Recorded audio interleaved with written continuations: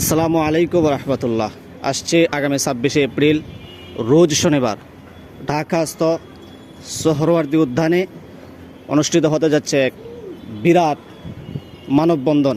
ফিলিস্তিনির মজলুমদের পক্ষে সেখানে স্লোগান হবে এবং সেখানে উপস্থিত হবেন বিভিন্ন জেলা থেকে আগত সুন্নি তরুণরা, আশেকে রাসুলরা, এবং সেখানে উপস্থিত হবেন সুন্নি জামাতের বড় বড় আলেম ওলামাগণ এবং বিভিন্ন দরবারের ফির মাশায়েখগণ ইনশাল্লাহ সেদিন উপস্থিত থাকবেন।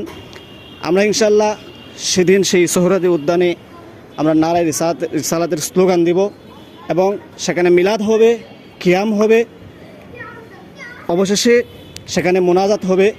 সেখানে উপস্থিত থাকবেন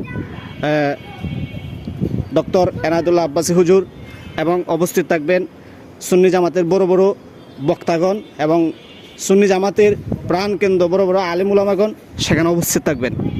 এখন যারা এর বিরোধিতা করছেন আপনাদেরকেও বলবো, আপনারাও আসেন এবং সেখানে এসে মানববন্ধনে অংশগ্রহণ করুন। আমাদের বিরুদ্ধে যদি আপনারা ষড়যন্ত্র করেন সেখানে আপনারা কিছুই করতে পারবেন না, কারণ আহলে সুন্নাত ওয়াল জামাত ঐক্যবদ্ধ হয়ে গিয়েছে। ইনশাআল্লাহ আগামীর 26 তারিখের সমাবেশ আমরা ইনশাআল্লাহ আমরা সেটা সাকসেস করবো ইনশাআল্লাহ।